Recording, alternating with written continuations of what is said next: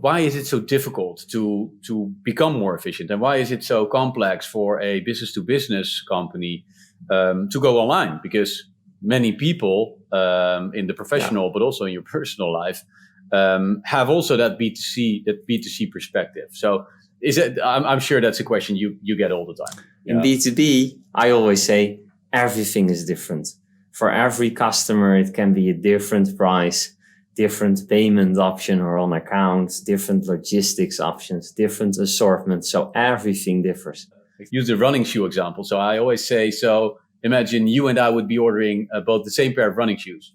I'm not a runner at all, so I don't know why I use this example, but probably because it's relatively popular. But I always use that example. And then the moment where you just said, like, this is so different in the B2B scenario, that's typically where people are like, oh yeah, of course, right? So typically people don't realize, obviously sales professionals in a B2B setting do know. But explain the running shoes a little bit more. You have to elaborate a little bit. Well, I use pretty much the exact same example as you do. So I say to people, so again, this is people oftentimes outside the B2B sales space, right? The B2B salesperson probably knows that there's a little bit more complexity to it. I always say, imagine you and I would be ordering the same pair of running shoes as a consumer.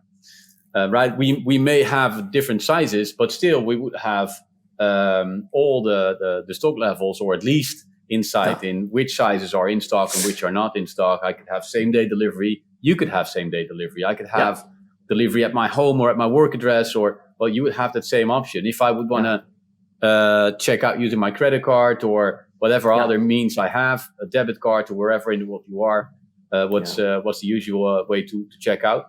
We would both have the same options. Well, would there be any difference imaginable between you and me in our shopping experience? Well, typically people, but no, I don't think so. I think everyone going to that same web store is having the same experience.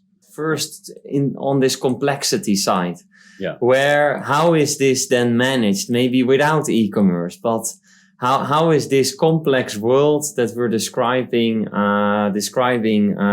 with an example with the running shoes, which is right? How is this managed with B2B companies? If you are a consumer, for instance, you typically have one invoicing address and then probably one shipping address or ship to address, right? So you probably have the invoice sent to your email address, and then your goods shipped to your address, or maybe you would want to put in a different address, and that's fine if you have to put in a different address because you want to have it delivered at your work address or at your friend's address or whatever. That's fine. But if you're a professional buyer, you will have multiple delivery addresses all the time. Maybe you have 10 or 15. You place one order and you want to have some parts of your order delivered at one delivery address and some at others. You don't want to go through the motion of keying in 15 different delivery addresses for all the different parts of your order all the time, right? So that's one example. We could go on and on and on. Maybe one other example of what an ERP is helping with and doing at a B2B company. One of our guests at the podcast was Dick Bos, right, from Philips. They are in healthcare, so there's a whole episode focused on that as well. But maybe generalizing, so not speaking about Philips itself, but generalizing for the healthcare business, you also typically see that this ERP system plays a crucial role in the complexity within the healthcare industry and business, right? Highly regulated, typically.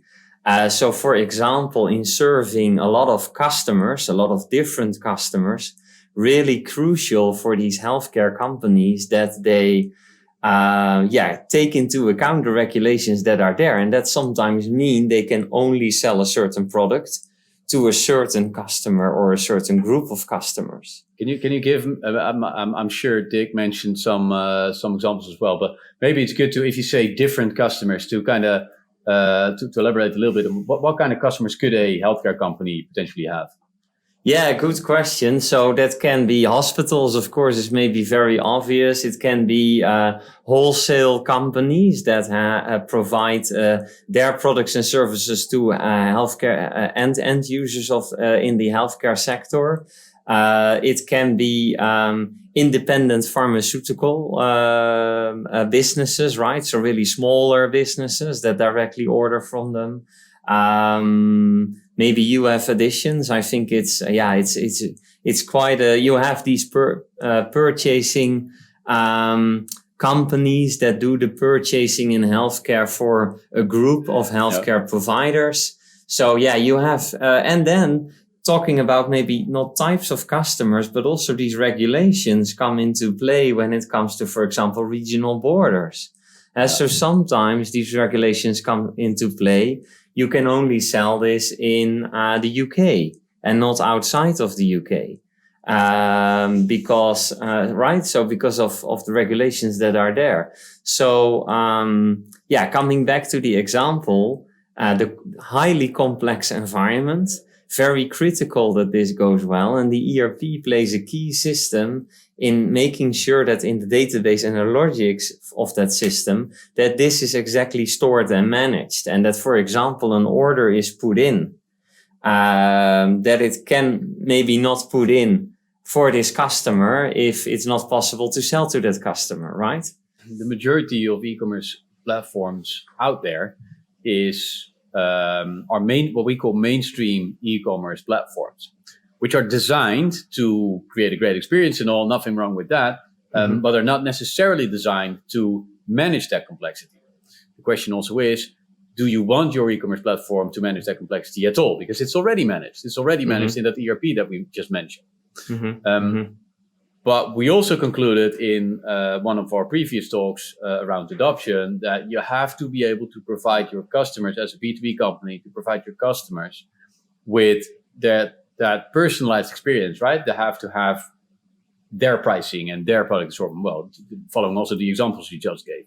Yeah. So if you know those two things, right? So you don't want your e-commerce platform to manage that complexity because it's already managed in your ERP.